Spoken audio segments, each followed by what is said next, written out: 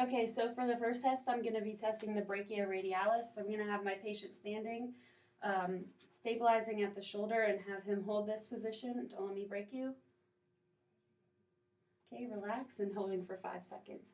The next test is going to be the pronator teres. So I'm going to put him into pronation, and I'm going to stabilize at the elbow, and I'm going to try to pull him into supination. Okay, relax. And the next one is pronator quadratus, which I bend the elbow to stop the pronator teres from working, and then the same thing. Okay, relax. The next one is going to be the supinator, so the opposite of the pronators. So put him into supination, stabilizing again at the elbow, trying to put him into pronation. Relax. And the next one is going to be palmaris longus, so I'm going to have him perform opposition and then flex his wrist, and then I'm going to try to pull it apart and put his wrist into extension. So for this test, I'm going to be testing the flexor carpi radialis. So I'm going to put him into wrist flexion and radial deviation, and I'm going to stabilize at the elbow, trying to pull him into extension and ulnar deviation. And the next one is flexor carpi ulnaris. So I'm just going to put him into ulnar deviation.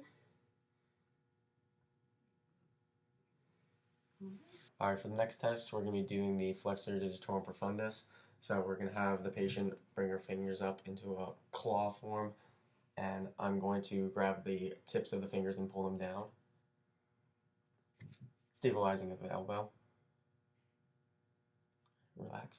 Next, we'll be doing the flexor digitorum superficialis. So we're going to do the same motion, except I'm going to be pulling from the middle of the fingers down.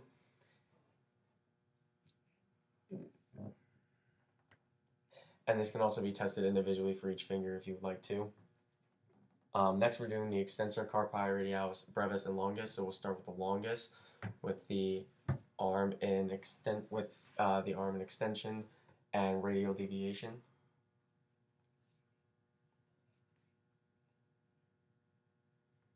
And you pull into flexion and ulnar deviation. We'd have that was for longus, and for brevis, you scoot up. Sorry about that, and perform same. Next, we're doing the extensor carpi ulnaris. So we're gonna have the wrist in extension and ulnar deviation. And I'm gonna be pulling into flexion and radial deviation.